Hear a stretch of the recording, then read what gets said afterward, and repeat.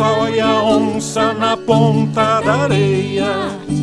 Cuidado que ela avança e te rasga as orelhas. Cuidado que ela avança e te rasga as orelhas.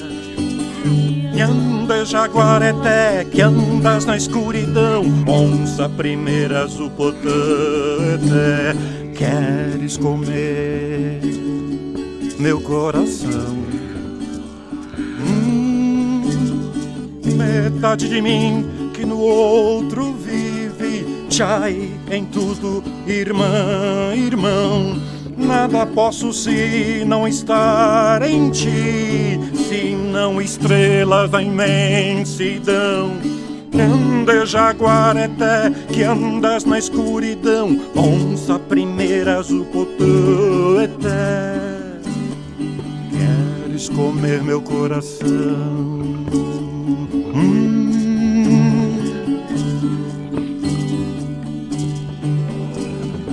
Teu olhar arqueado felino, ser tigrado de regeneração, presas de ferrão escondido, queres comer meu coração?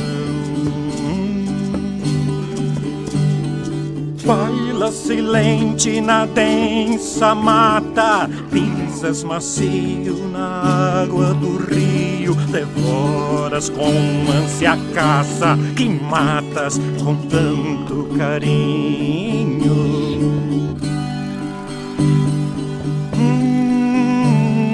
Nhande jaguareté, que andas na escuridão, onça primeira zupotete, queres comer meu coração? Queres comer meu coração?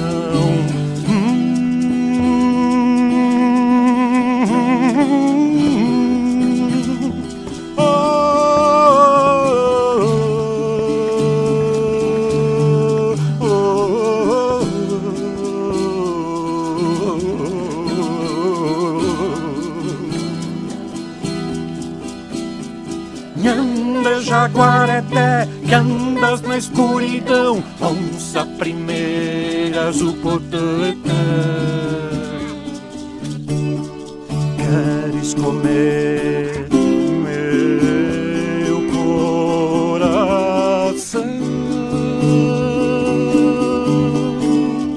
Nhande jaguareté, onça na escuridão,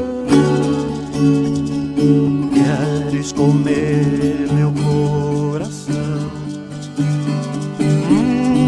Queres comer meu coração?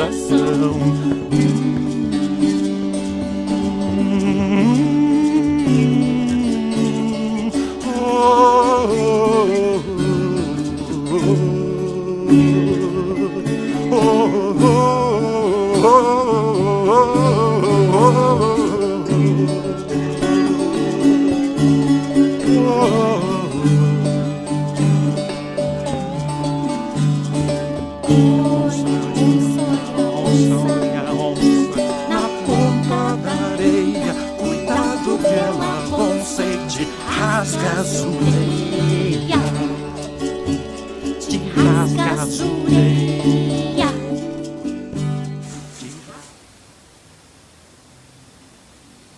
Nessa sacralidade do encontro entre duas existências, a gente não pode pensar que, como profissional, você está disponível o tempo todo da aula.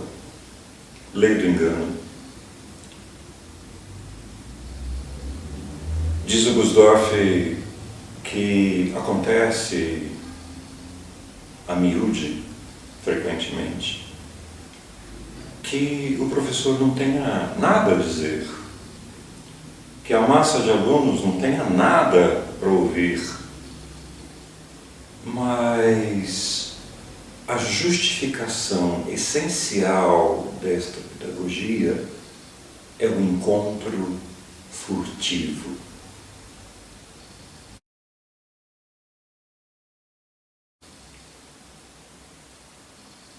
Esse encontro furtivo é aquilo que nos fascina num exercício cotidiano da busca dessa maestria, porque você nunca vai saber o que de fato propiciou o encontro. E a gente às vezes nem sabe se esse encontro ocorreu ou não. Não há como controlar.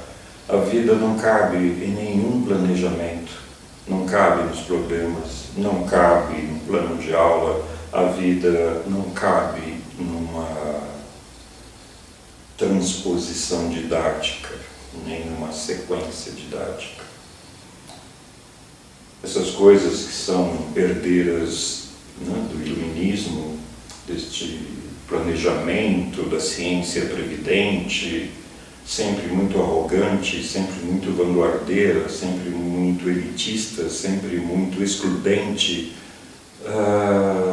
não admitem o imprevisível, aquilo que caracteriza a existência humana, a sua contingência.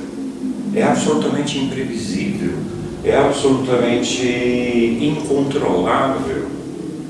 E a aula não é diferente. A gente sabe como a aula começa.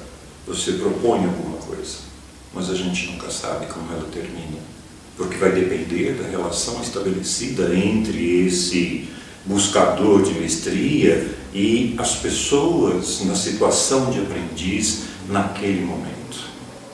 É essa relação que vai marcar, inclusive, o próprio percurso formativo do educador.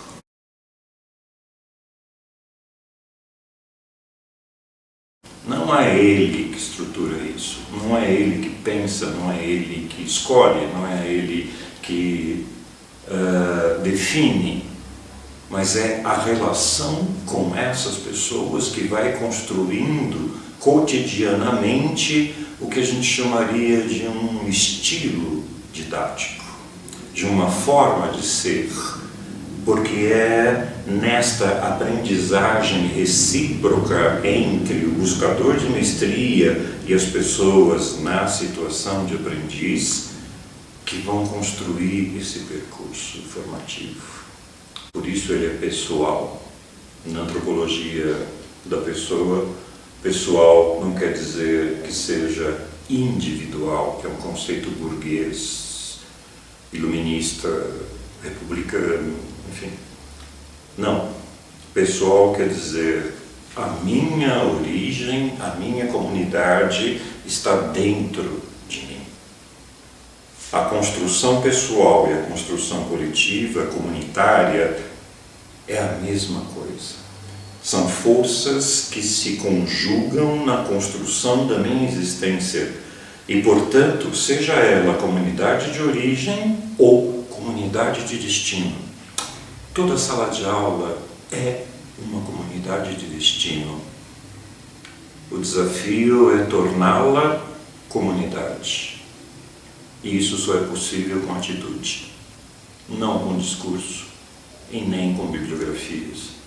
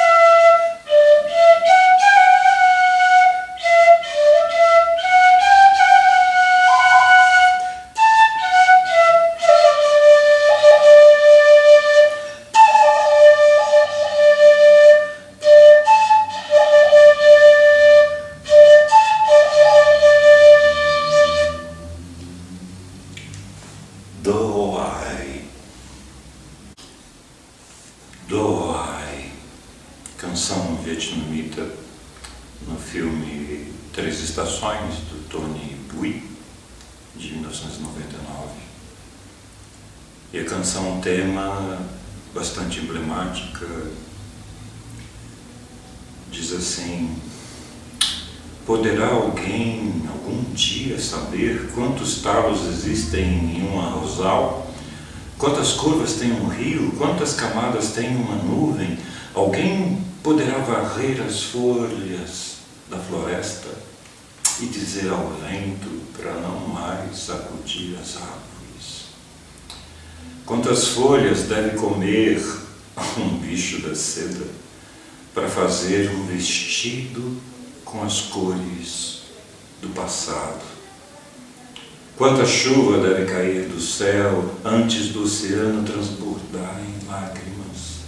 Quantos anos a lua tem que ter antes que envelheça? No meio da noite, a lua vem e fica a espreitar, ele que pode roubar meu coração. Por isso, sempre cantarei canções de alegria.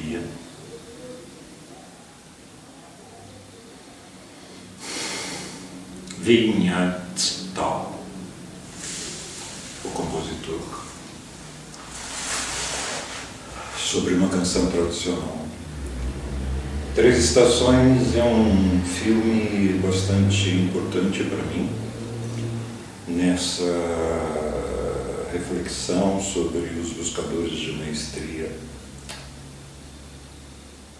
São três histórias que se entrecruzam.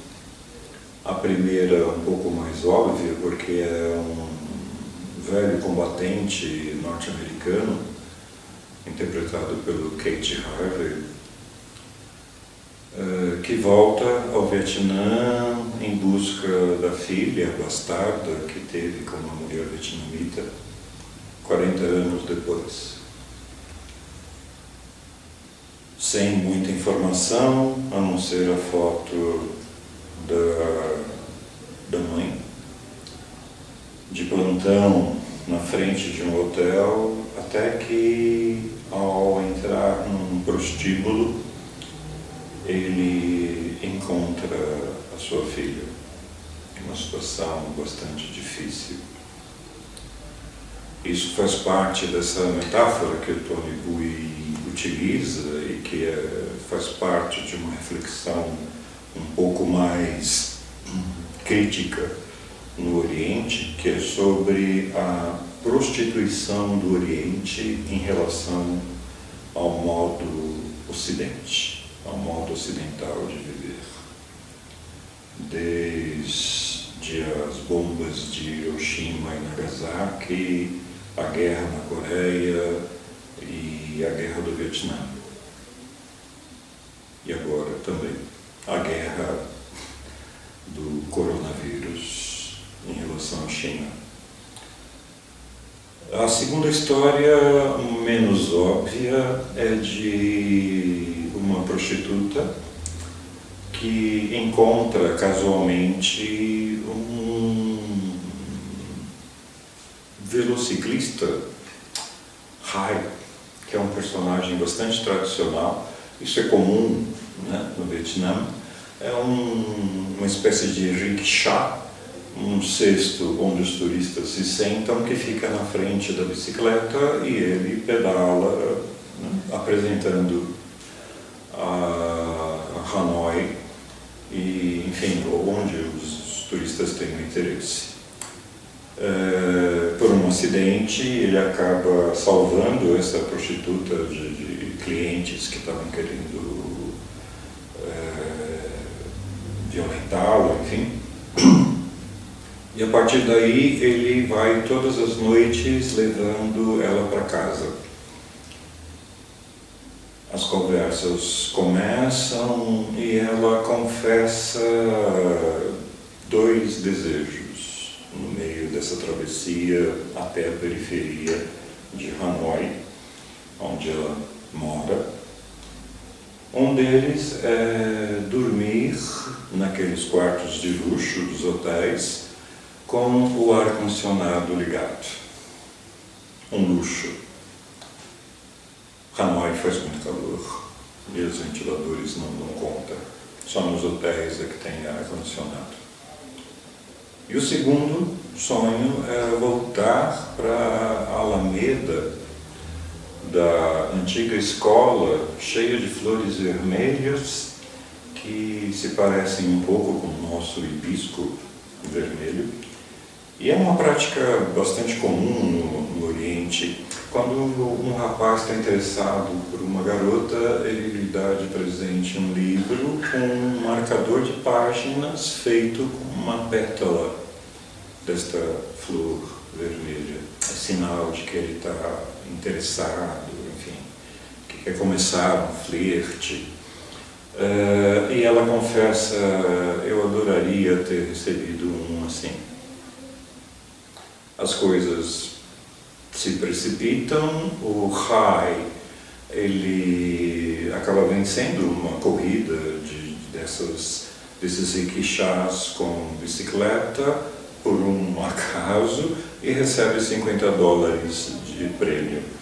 E ele não pensa duas vezes e pede para que ela, então, o atenda como um cliente, pagando os $50. Ela não tem escolha, acaba cedendo, e aí a coisa mais inusitada é quando eles entram no quarto e ele lhe dá um presente.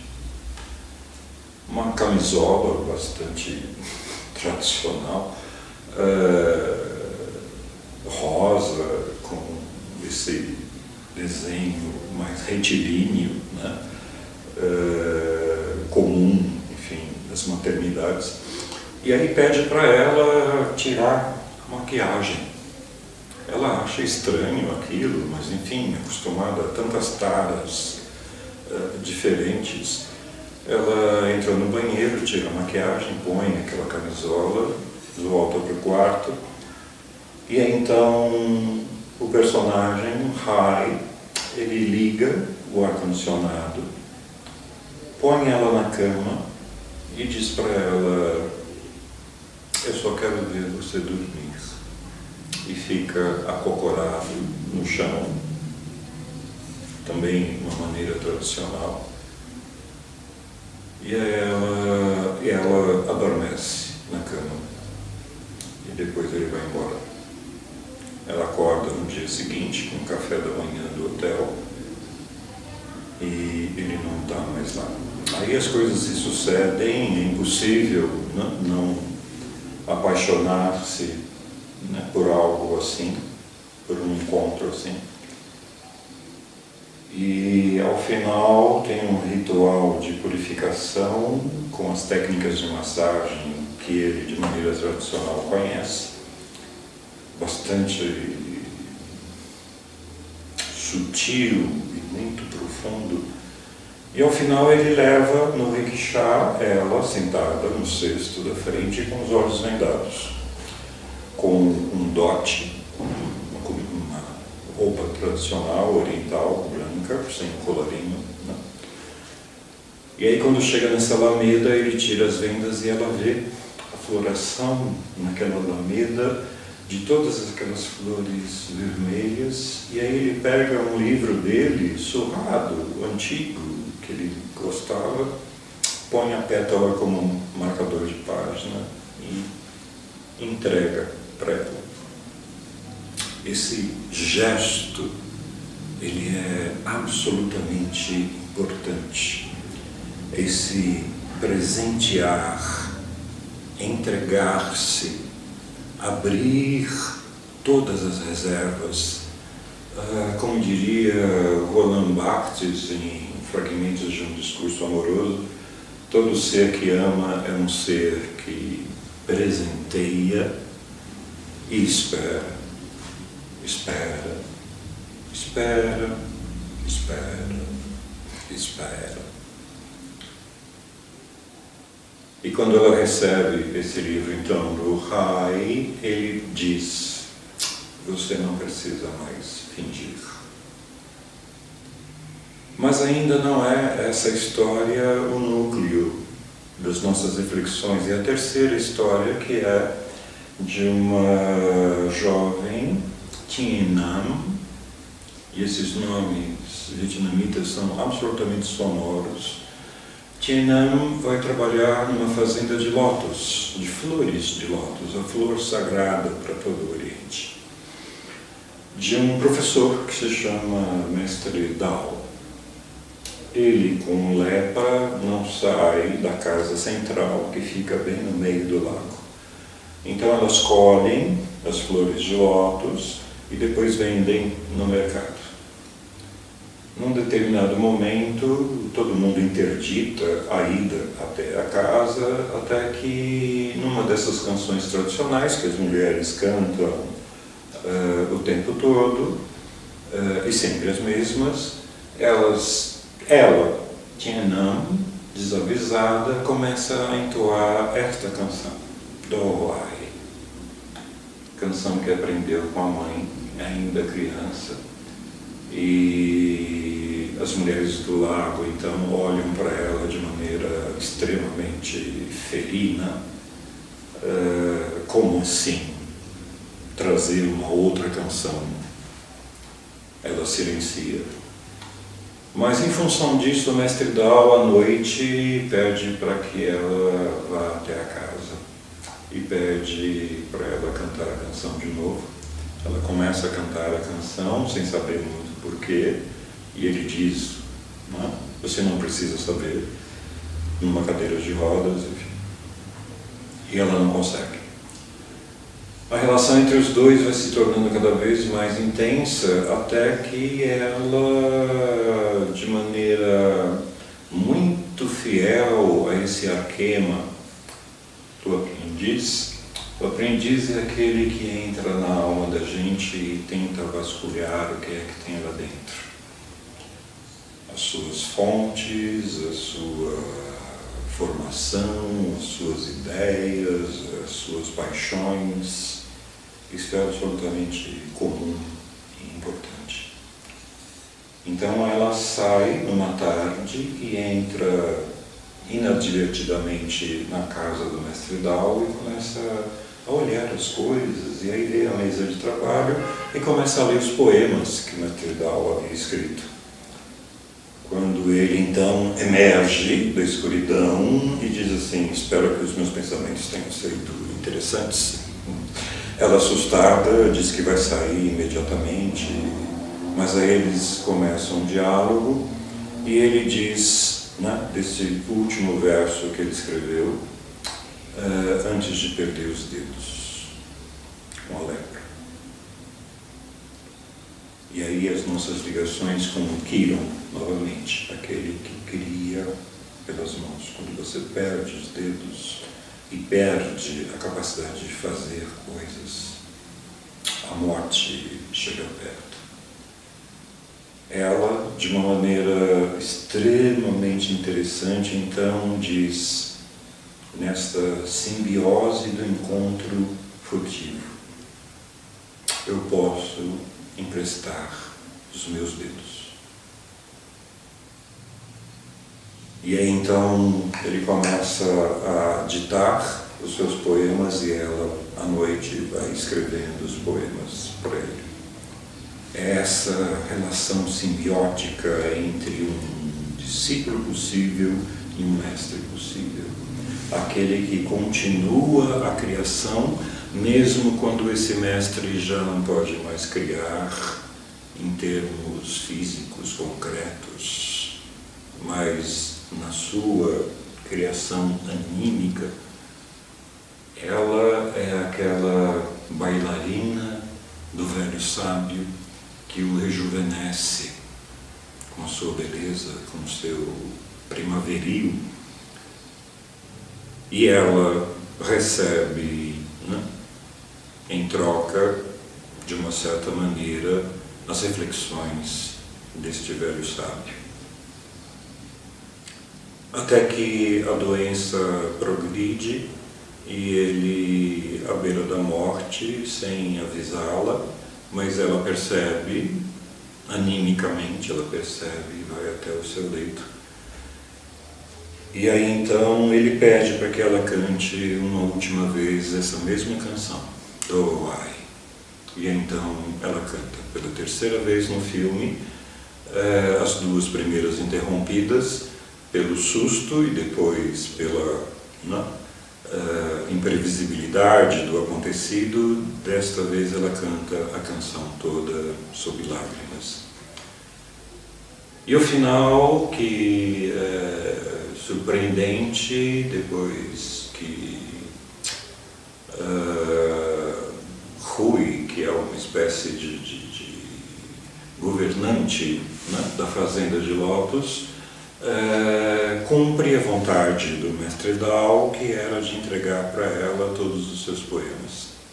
E aí, de novo, esse gesto. Ele entrega os poemas para Tinha. Ela recebe, e aí então Rui diz assim: o que você precisar, você me peça. Ela agradece, mas aí a porta, já na saída, sim, tem uma coisa que eu gostaria. E então é a cena final do filme, em que ela cumpre um sonho do mestre Dao, que era voltar para o mercado flutuante da sua juventude, com uma dúzia de lotos para jogar no rio. E aí ela faz exatamente isso. Numa barca, vai até o mercado flutuante com as lotos, as mulheres cantando essa mesma canção, que era a canção da sua juventude, do mestre Dao, e aí então joga as flores de lótus no rio, cumprindo aquilo que o tempo interditou ao velho mestre. É óbvio que o Tony Bui não deve ter lido o Jorge Usdorff, mas as sincronias, as convergências dessas imagens, para mim, são extremamente importantes.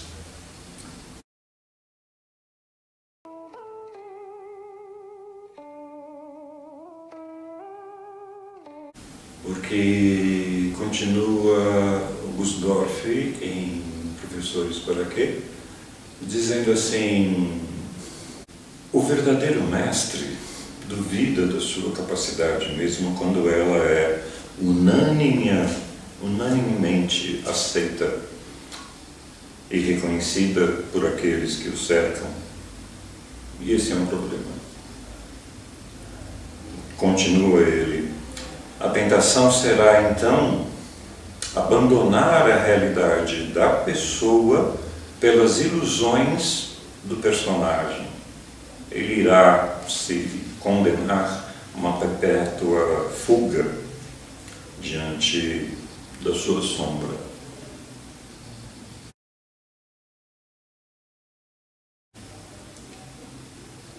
Este é um aspecto extremamente importante na busca da maestria, sempre duvidar da sua capacidade, principalmente quando ela é reconhecida pelos outros. Quando ela é reconhecida pelos outros, a tentação é assumir esse personagem que foi construído, e aí então já não é mais a pessoa. Responder às expectativas daqueles com os quais se convive, e aí então a pessoa se ausenta e fica o personagem. Por isso, se ele aceitar essa tentação, será condenado a uma fuga contínua da sua própria sombra.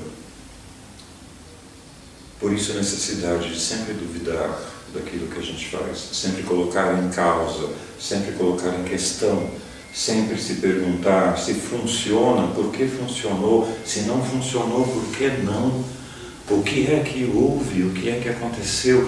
Esta reflexão, essa indagação é o que evita a cristalização da figura do mestre.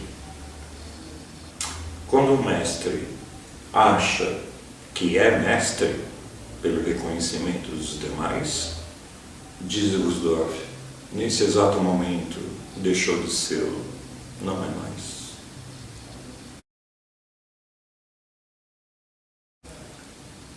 Se você aceitar esse lugar, a sombra vai te devorar.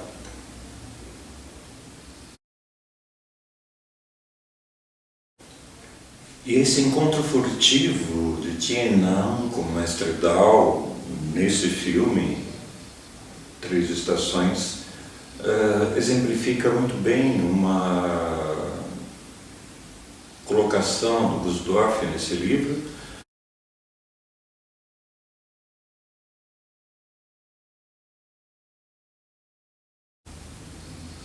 No contato com o Mestre, o discípulo se reconcilia com a vida, ou seja, se abre para esta curiosidade, para esse desejo de saber, para as dúvidas, para as indagações. Nesse mesmo encontro, ao contrário, o Mestre reconcilia-se com a sua morte, com o deixar de ser. Assim como na narrativa mítica de Kiron, poder morrer e descansar e virar constelação. Cada um, diz Gusdorff, cada um dá e recebe de maneira diferente ao mesmo tempo, mas sempre na proporção daquilo que dá. Não é a mesma coisa que se dá e recebe, mas é sempre na mesma proporção. Se eu dou com egoísmo, narcisismo, ódio, exclusão, eu vou receber da mesma maneira. Se eu aposto na construção da pessoa e, portanto, procuro espaços de criação e de expressão, eu recebo na mesma proporção. Ao final e ao cabo, o Gusdorff nos revela é que não há mestres. Paradoxal, não há mestres. Do meu ponto de vista, existem buscadores de mestria, aqueles que procuram a construção da sua pessoa na possibilidade de contribuir na construção de outras pessoas, numa comunidade de origem que é fiel à minha comunidade de origem.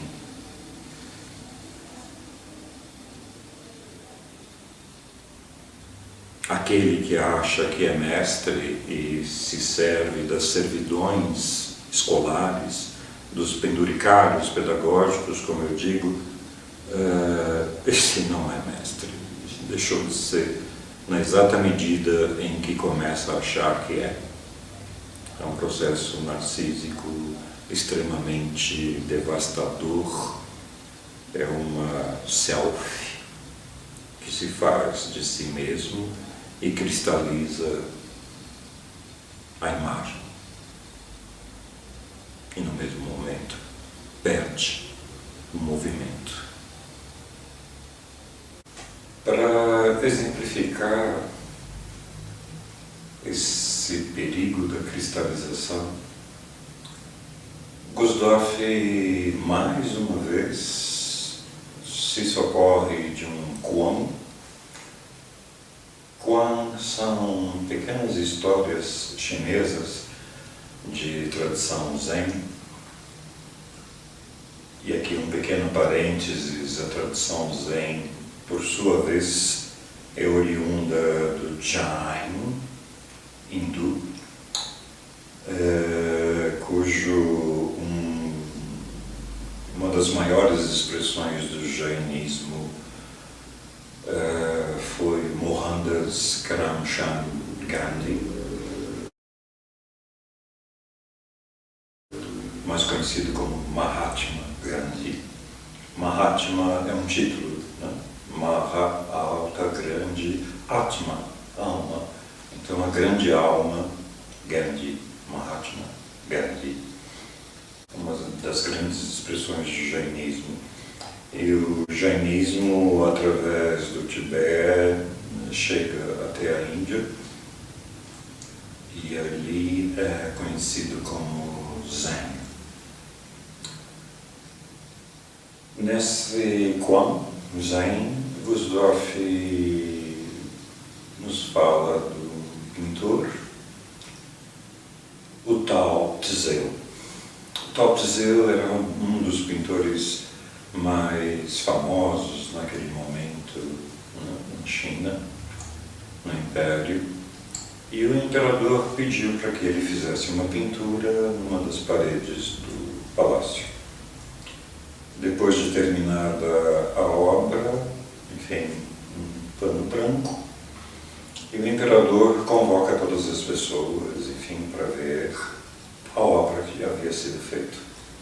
Quando se descerra o pano e todos veem aquela obra pintada na parede, todos exclamam um primeiro grande e sonoro "Uau!".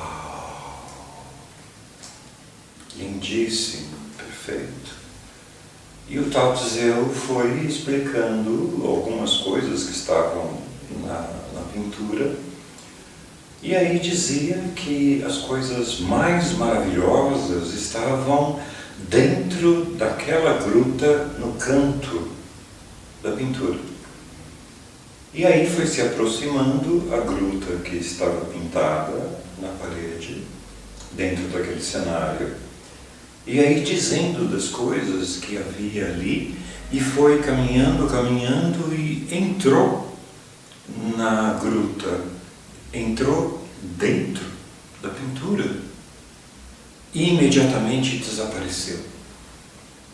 E aí todos emitiram um grande sonoro segundo "Uau!".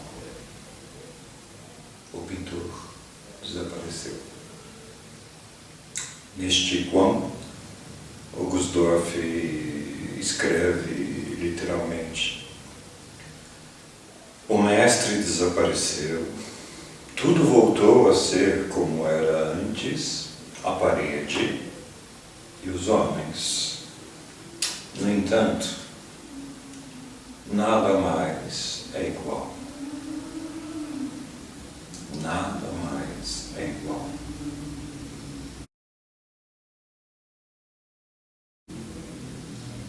Não se pode explicar um Quan. A gente vivencia um Quan.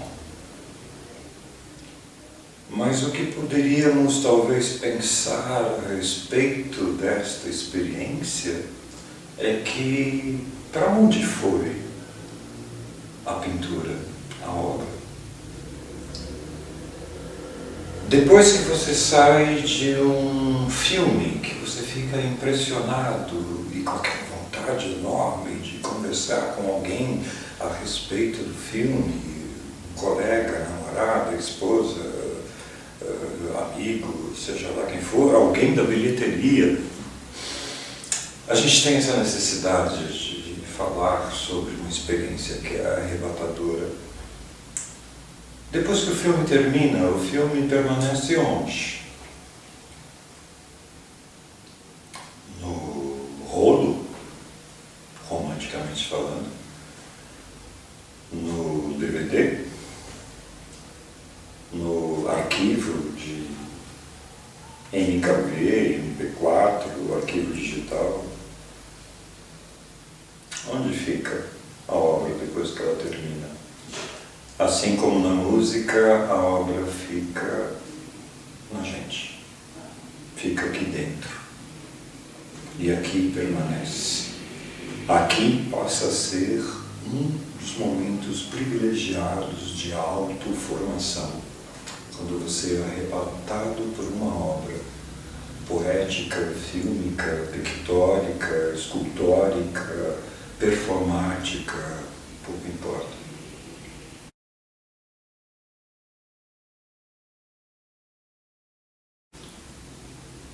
É isso que acontece com a obra do pintor, o Tao Tse. A obra desaparece da parede, mas fica dentro da gente. Quando tudo volta à normalidade, a parede fica branca novamente, as pessoas como eram, mas nada mais é igual, porque a obra ficou aqui dentro.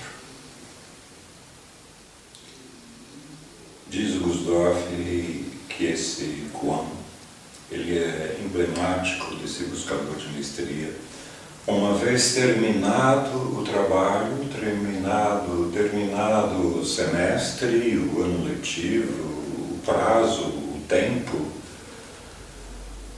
há um momento em que é necessário, saudável e imprescindível sair de cena, morrer. Voltar à parede a ser branca, os homens iguais, as mulheres iguais, mas nada mais é o mesmo.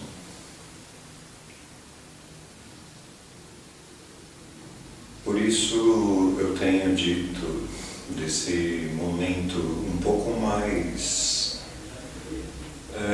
de sentir e de refletir e de pensar sobre esse buscador de mestria, essa buscadora de mestria, desse momento extremamente importante que é a aprendizagem da morte. Aprender a morrer como queiram. E esse aprender a morrer é justamente em função da coerência, da eficácia simbólica do que ocorreu, das relações todas estabelecidas. Ao final e ao cabo, seremos iguais. A igualdade não está no ponto de partida, está no ponto de chegada. Quando percebemos que, dizem os chineses de maneira sábia, viver bem e morrer bem. Morrer bem é essa necessidade iniciática, pedagógica, educacional. Morrer bem, porque a partir daquele momento não há mais hierarquia entre aquele que professa o seu conhecimento, as suas crenças, as suas dúvidas, e aqueles que ouvem e dialogam. Já não há mais essa diferença ao final do processo. Somos iguais. O meu grande desejo, ao final de todo o processo, todo semestre, todo ano letivo, é ser promovido de professor, ao final, a amigo. A filia é o bem supremo, diria Epicuro. Então não se trata de manter relações de dependência, relações de poder, relações de dominação depois do período de convivência. Tudo ao contrário, é preciso abrir mão deste poder no início e ao fim, durante todo o processo. E por isso a necessidade de aprender a morrer, tornar-se desnecessário. O desafio de um buscador ou buscadora de mestria, tornar-se desnecessário, porque aquilo que você tinha para contribuir foi feito. E aí, a partir deste momento, o trabalho concluído de uma maneira autêntica, de uma maneira amorosa, então não há mais hierarquias, nem nas relações e nem na relação com o conhecimento. Somos iguais, somos, se possível for, amigos e amigas. Essa é a promoção ontológica que se espera de um buscador de maestria é ter um lugar acalentado no coração de algumas pessoas, porque num determinado momento isso foi importante na sua autoformação. Não temos mais o contato cotidiano, o contato físico, mas promovidos à constelação como um Sagitário, ainda uma direção, um norte, um oriente, sem dogmas, sem catecismos, sem verdades absolutas, mas apenas o testemunho de uma existência. Então, diz Gusdorf ainda, o melhor nunca será dito, mas o silêncio continuará. Virá o momento da separação e da partida, pois o tempo do mestre é limitado. A nossa convivência com eles é sempre um tempo limitado. Gostaríamos de ter mais, mas não. Continua ele. O testemunho supremo do mestre é justamente o de não haver mestres. Num certo momento, sempre, o verdadeiro mestre nos deixa a sós.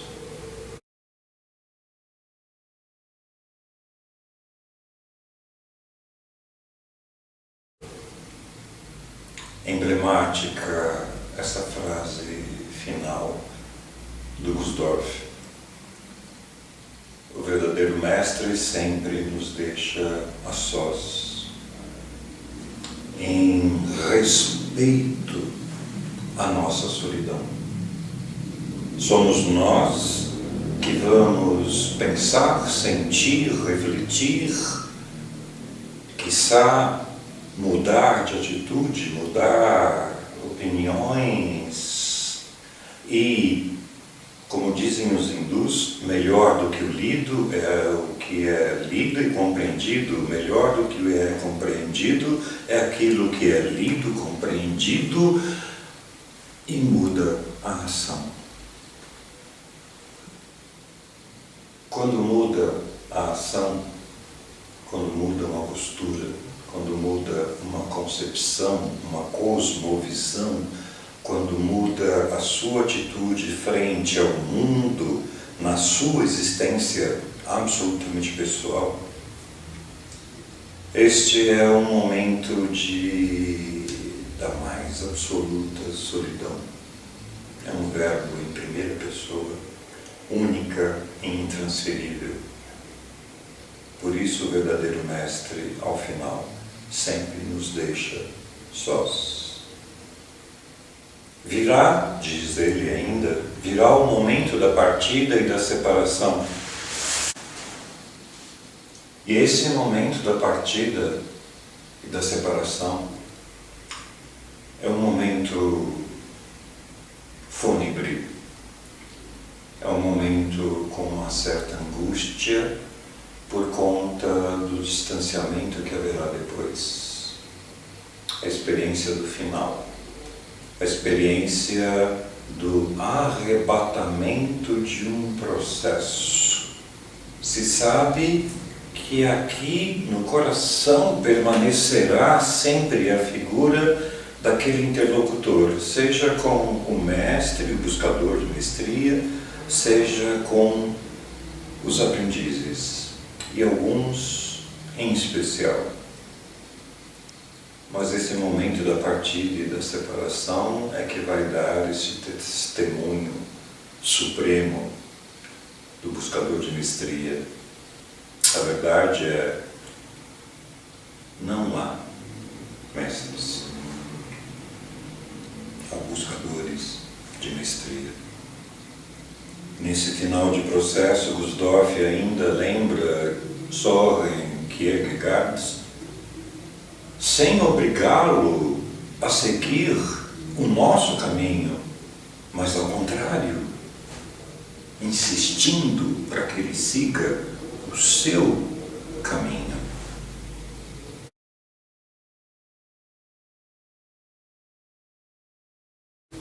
Insistindo para que siga o seu caminho. Esta questão existencial, e muito particular na antropologia da pessoa, é que nos coloca essa tarefa de não macaquear, como faz a pedagogia tradicional. Eu não vou imitar, eu não vou macaquear, eu não vou papaguear outros, seja da bibliografia, seja do professor narcísico e autoritário, ou da professora ensimismada na sua torre de marfim. Não. A tarefa é insistir para que cada uma dessas pessoas, na condição de aprendiz, descubra que tem um caminho próprio.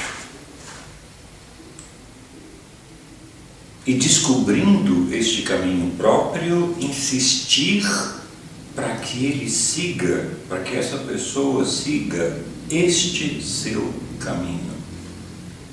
Nada mais pessoal, nada mais íntimo do que descobrir um caminho, trilhar por este caminho e constituir-se pessoa no mundo, afrontando as indignações a partir do seu caminho, sem trilhar caminhos de outros. Isso nos leva a uma aproximação com o que Paul Ricoeur, francês, hermeneuta, na época também um jovem estudante nos círculos em torno do Nikolai Berdyaev, e portanto também participante desta antropologia da pessoa, e com estudos extremamente interessantes, tanto na área da hermenêutica política, como também na hermenêutica jurídica, enfim. O Paul Ricoeur, ele nos menciona num texto bastante emblemático sobre uma pequena ética.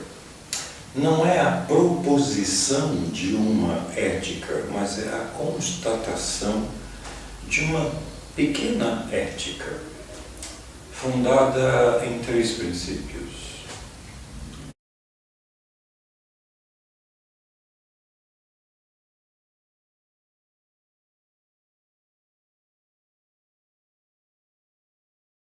Diz ele que, antes de tudo, a necessidade da estima de si.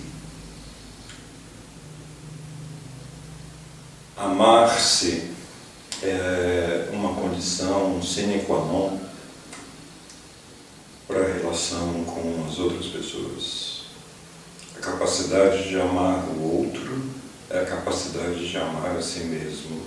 Aceitar a vida da forma como ela é, na sua expressão mais trágica, mais indelével, em que o exercício da escolha a todo momento, nos coloca esta insuperável contradição da escolha de um caminho entre milhões possíveis. Essa estima de si, esse cuidado de si, talvez um pouco na perspectiva do Michel Foucault, mas guardada as devidas diferenças, essa estima de si desencadeia o que Paul Ricoeur chama, do segundo momento dessa pequena ética, de uma solicitude ao outro, uma abertura em relação ao outro que ao mesmo tempo me constitui. Nessas relações em que eu me disponho, eu me abro, eu me comprometo, eu me solidarizo, eu me pauto nesta comunhão possível das nossas solidões. A solidão é intransponível, é absolutamente pessoal, mas nós podemos comunicar as nossas solidões. Podemos fazer com que as nossas solidões se acariciem num determinado momento. Então essa estima de si desencadeia esta solicitude ao outro, que se desdobra nesta pequena ética no terceiro momento, diz ele, ou Ricoeur, que é o desejo de viver em sociedades mais justas. Não se trata de uma relação absolutamente solitária, no sentido individual, burguesa, enciclopédica, iluminista, republicana, mas de reconhecer que a nossa existência ela é construída na relação com o outro e com os outros, as outras. E, portanto, esse desejo de viver em sociedades, em espaços que sejam mais justos. Isso quer dizer uma inconformidade com a desigualdade, uma indignação com a exclusão, um afrontamento a todas as formas de dominação.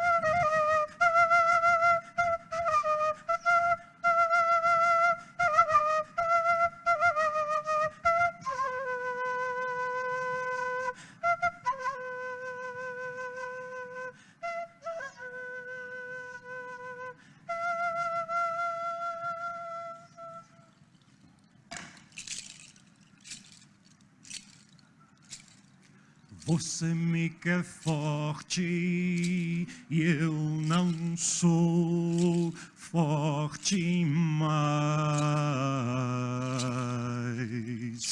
Sou o fim da raça, o velho o que já foi. Chamo pela lua de prata pra me salvar. Rezo pelos deuses da mata pra me matar.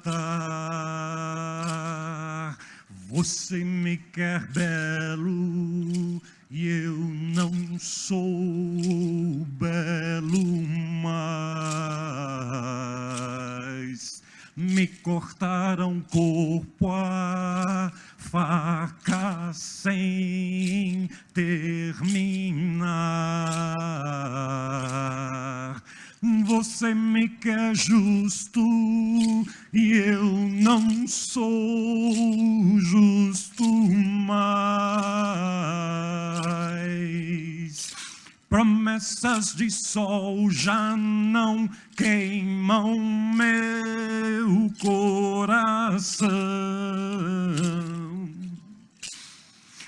Que tragédia é essa que cai sobre todos nós? Que tragédia é essa que cai sobre todos nós? Lara, lararere, larere, larere. La la la la la lere, la re re, la re re.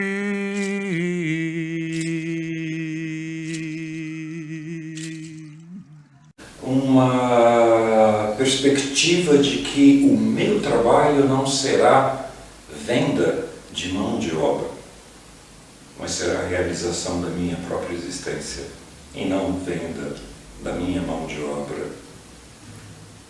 Esses desdobramentos éticos, a partir do Paul Ricoeur, e pensando nesta relação, né, em que o Gusdorff nos apresenta a constituição de buscadores de mestria, vai também desembocar, do meu ponto de vista, numa concepção absolutamente antropológica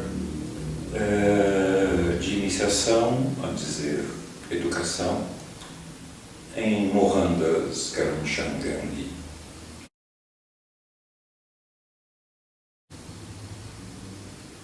Mahatma Gandhi se casa aos 13 anos de idade, como é particular na cultura indiana,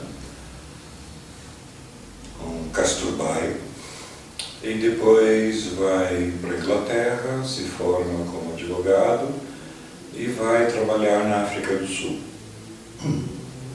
numa empresa de um amigo indiano.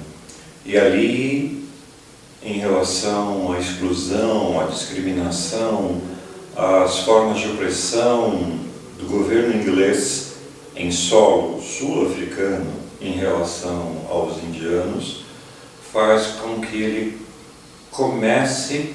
principie o que depois serão os pilares da sua própria existência e, através delas, em 47, quase 50 anos depois, a independência da Índia em relação à Inglaterra. Não é pouca coisa, sem derramamento de sangue.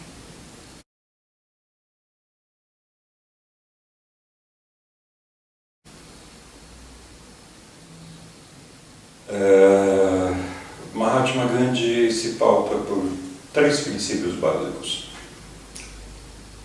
A ahimsa, que é a não violência. Eu posso suportar todas as dores, todas as agressões, mas eu jamais vou desferir contra o meu inimigo um golpe.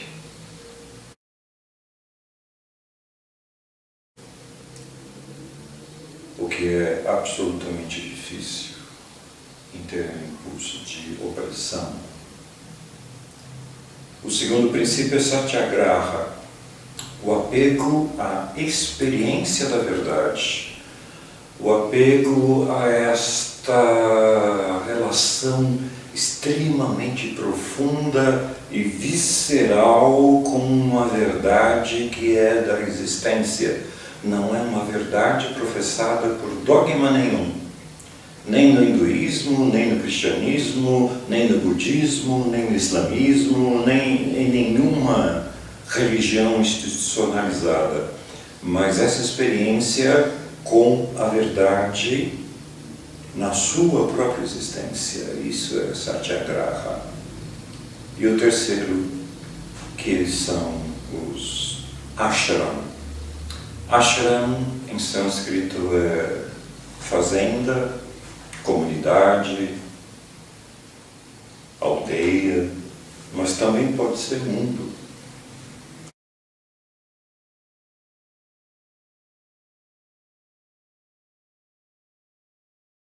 É uma palavra extremamente visceral.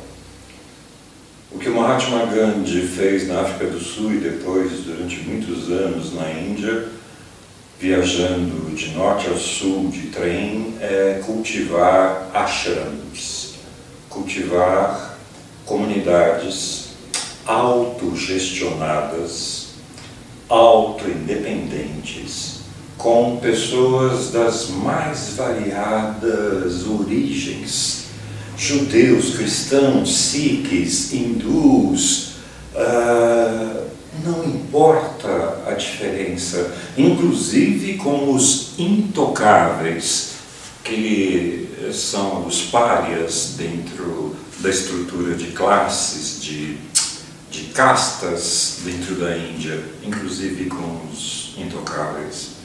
E esse ashram tinha como princípio essa autogestão, a produção do seu próprio alimento, a produção da sua própria roupa, a produção das suas próprias inquietações, discussões, tendo como aliado uma imprensa, ou seja, a impressão, naquela época, Minervas, né, impressoras tipográficas, para o jornal, contando das suas experiências, porque é impossível acreditar numa imprensa global ou descolada da comunidade. E, portanto, é um meio de comunicação entre os ashrams a circulação desses jornais. O exercício espiritual com o rodízio entre todas as funções, a começar pela lavagem dos banheiros, das latrinas. Um repórter na época, 45, 46, indo visitar um dos ashrams com Gandhi, queria vivenciar aquilo, e o Gandhi disse a ele que, enfim, ia começar lavando a latrina, lavando o banheiro. O repórter se indignou e aí saiu de lá e publicou um artigo dizendo que era uma falácia, que era populismo, que era não sei o que obrigava as pessoas a lavar banheiro. Se você não conseguir, numa comunidade, revezar as atribuições, sempre haverá a dominação de uns sobre os outros. Esse é um princípio básico de toda a prática libertária, toda a prática anarquista, toda a prática humana. Não há hierarquia entre as pessoas. Para o funcionamento da comunidade é essencial esse revezamento das funções para que todos tenham experiências do que é manter o coletivo. Portanto, a ahimsa, a não violência, satyagraha, o apego à experiência da verdade e os ashrams foram 3 pilares que levaram à independência da Índia, em 1947. Mahatma dura apenas um ano mais, porque em 48 ele é assassinado por um fundamentalista sikh. Todos os fundamentalismos não pensam.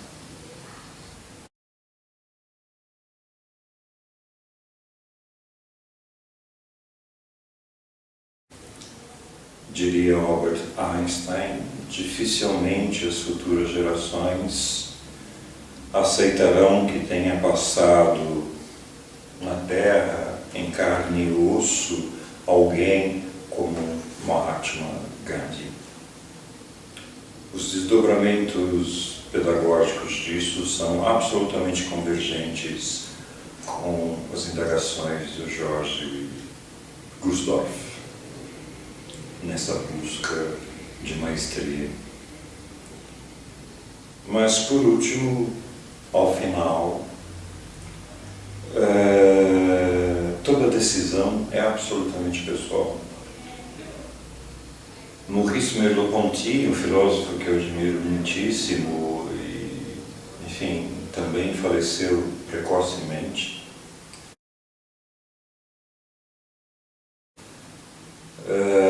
Em seu doutoramento, Fenomenologia da Percepção, em 1945, ao final, um trecho trecho dele e diz assim: farei eu essa promessa? Arriscarei minha vida por tão pouco? Darei minha liberdade para salvar a liberdade? Não há respostas teóricas para essas perguntas, mas é aqui que é necessário calar-se, porque só o herói vive até o fim sua relação com os homens e o mundo. E não convém que um outro fale em seu nome.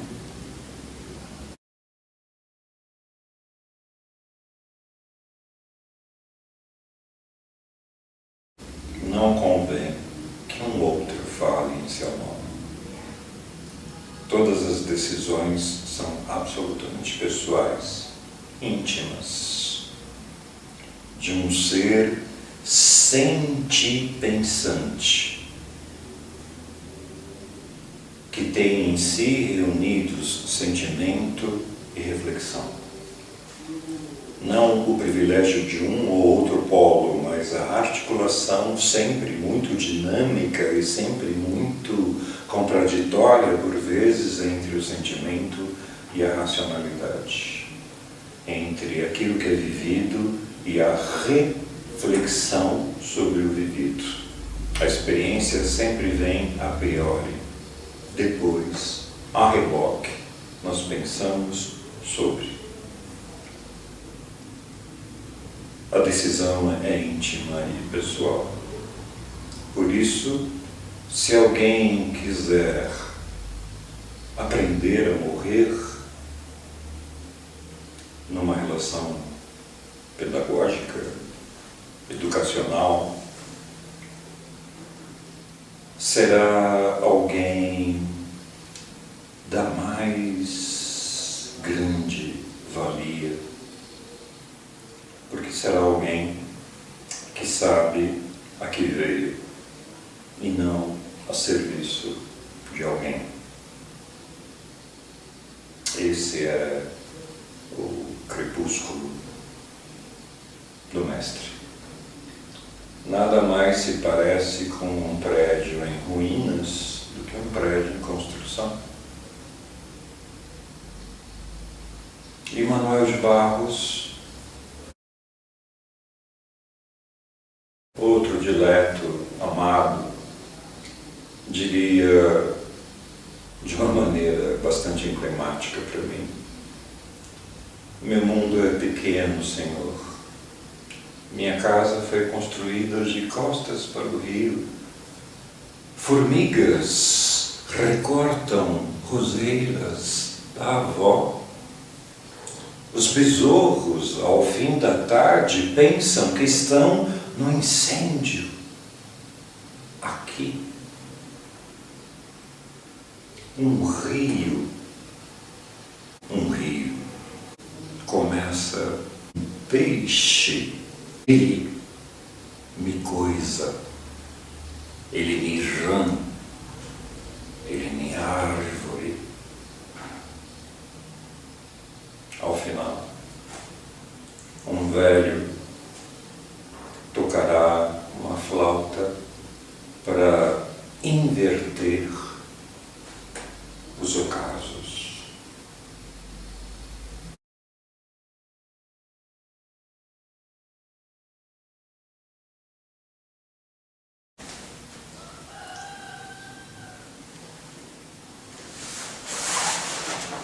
De uma certa maneira, isso se converte numa apologia do canto.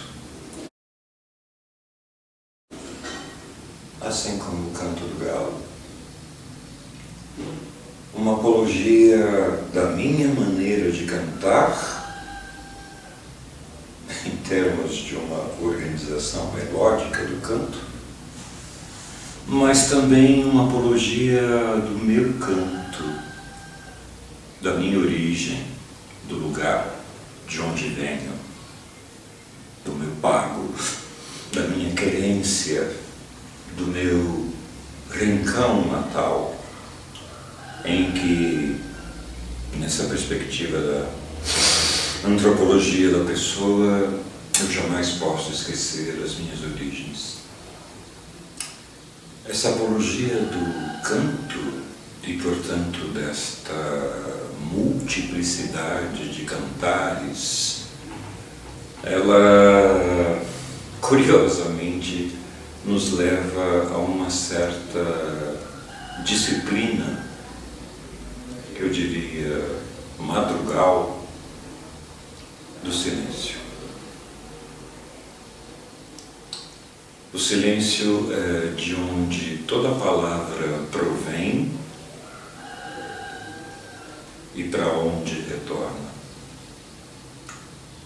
O silêncio faz parte da disciplina espiritual.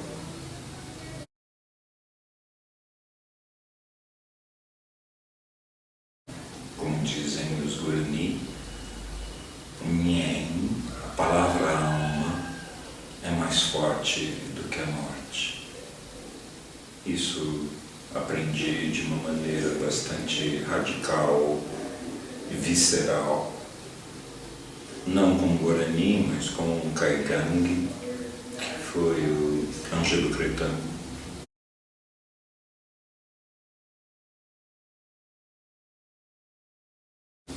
Líder Caigangue em Mangueirinhas, aldeia no Paraná, assassinado pelas empresas madeireiras em 1980. Numa manhã fria, fazendo uma roda de chimarrão e de petinguá, o cachimbo, todos muito preocupados com o futuro incerto e com a morte anunciada de Cretan. Ele próprio, Ângelo Cretan, num determinado momento meditativo e com aquela voz tranquila, característica de determinados mestres, ele diz: vocês estão preocupados à toa. A gente morre um dia, imortalidade não existe. E aí complementa num arroubo de extrema sabedoria. Imortalidade, se é que existe, ela está nos olhos dos nossos filhos, de barriga ou não. Porque a palavra alma é mais forte do que a morte.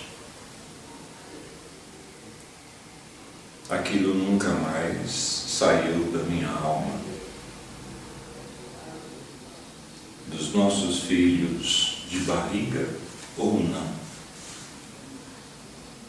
Consanguíneos ou aqueles que a gente encontra pelo caminho e muitas vezes de maneira inesperada, numa situação institucional como é a escola, a universidade. Um encontro furtivo é possível. E aí nós continuamos nesse olhar dos nossos filhos de barriga ou não, porque a palavra alma é mais forte do que a morte. Ela permanece. Essa é uma característica absolutamente indispensável dentro das tradições orais.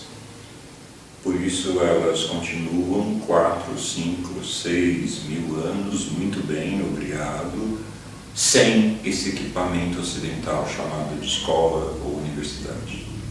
A tradição oral, sabedora desta permanência da palavra alma, faz do canto, da conversa, das narrativas, um veículo de vida. Nesse crepúsculo do mestre, talvez isso seja um oriente.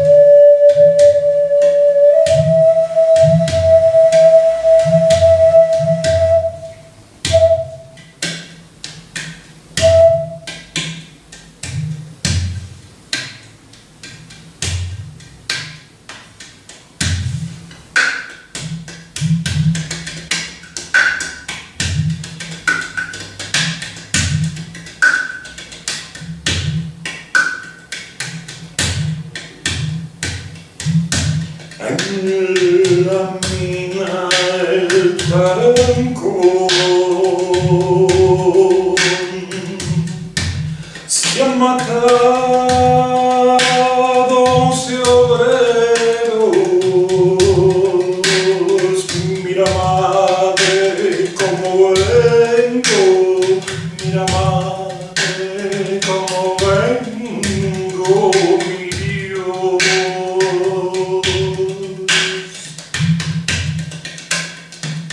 Vengo maniado de sangre de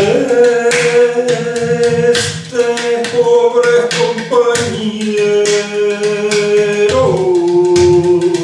Mira madre cómo vengo,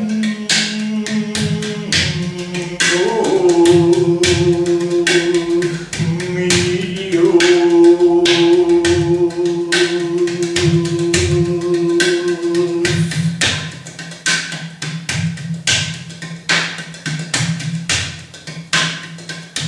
Mañana son los enterros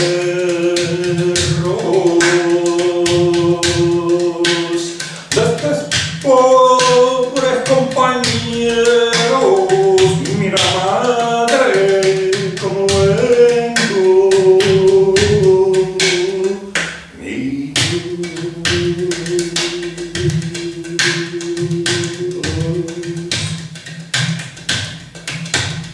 Mora y Caroña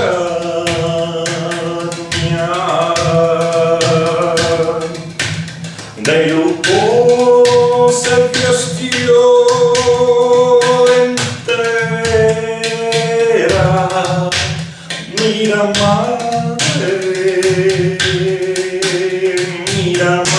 madre cómo vengo, mi Dios.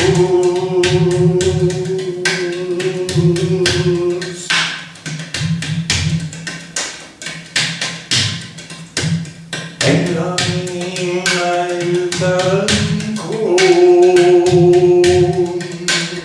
en la mina el taranco.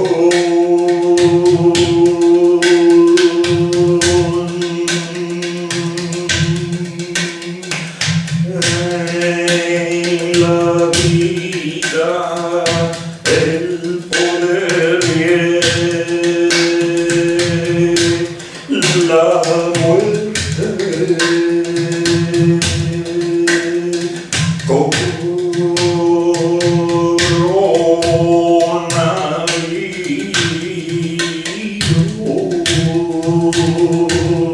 coronavirus. Negro olvidita,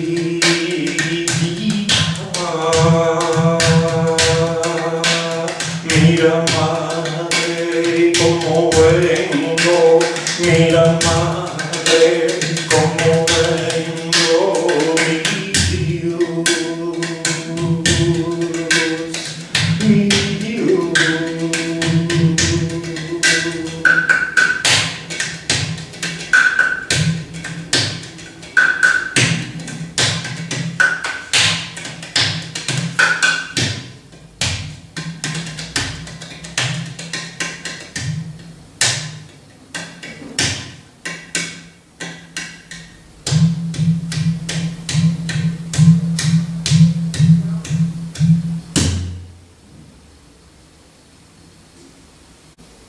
Obrigado. Nesta quarentena de 2020, em Laohai, uma penha minha, em Tatuí, interior de São Paulo, onde pretendia ser um espaço de saraus oriental, afro, ameríndio. Nesse espaço, para discussão de mitologias, para discussão de cultura popular, de cinema e mito, música,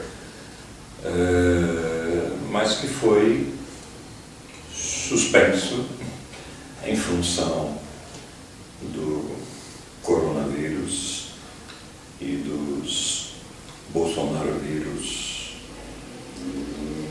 dos totalitarismos que nunca arrefeceram desde a década de 20.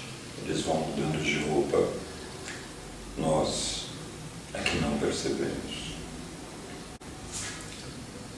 Om Shanti. Meu coração, metade de mim que no outro vive. Chai em tudo, irmã, irmão. Nada posso se não estar em ti, se não estrelas da imensidão. Ande jaguareté, que andas na escuridão, onça primeira zupotueté. Queres comer meu coração?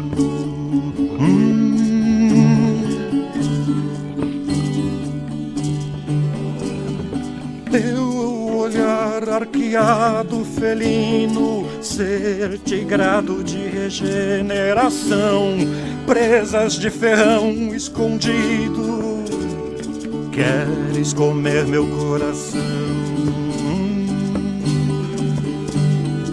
Baila silente na densa mata, pisas macio na água do rio, devoras com ânsia a caça que matas com tanto carinho.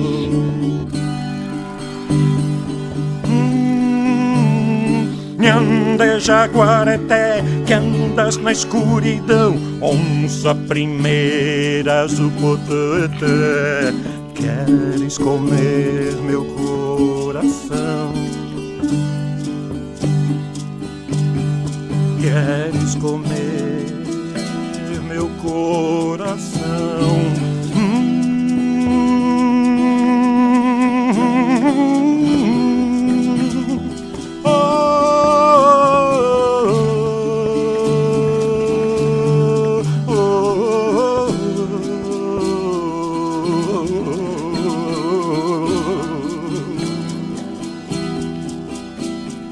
Nhande jaguareté, que andas na escuridão, onça primeira zupoteté. Queres comer meu coração? Nhande jaguareté, onça na escuridão. Queres comer meu coração? Queres comer meu coração?